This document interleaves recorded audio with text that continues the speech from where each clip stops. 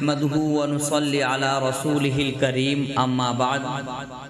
اختتامی پروگرام حسن ہی حسن ہے، کس سمت اٹھاؤں آنکھیں، حسن ہی حسن ہے، کس سمت اٹھاؤں آنکھیں، نور ہی نور ہے تا حد نظر آج کی رات۔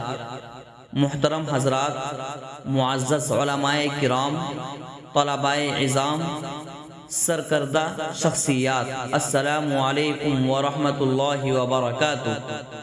میری جبین عقیدت سلام کہتی ہے، میری جبین عقیدت سلام کہتی ہے، قبول ہو کہ محبت سلام کہتی ہے۔ اس علاقہ کا ابھرتا ہوا دینی و اصلاحی مرکز مدرسہ دارالقرآن ایک قدیم ادارہ ہے۔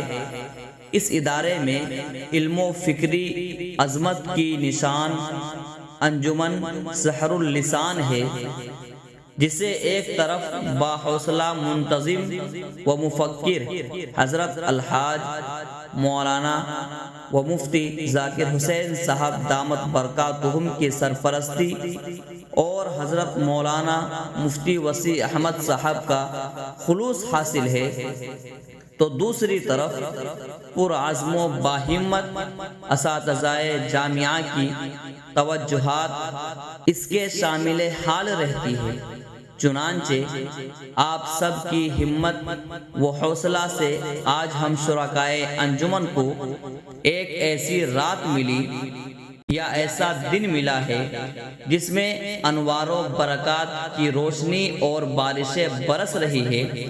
حضرات، مجھے اچھی طرح یاد ہے کہ ہمارے اس قافلہ نے سال رواں کے آغاز میں جس حیات و زندگی کی جستجو میں سفر شروع کیا تھا، آج وہ سفر قریب الختم ہے اور یہ قافلہ منزل مقصود تک پہنچنے ہی کو ہے۔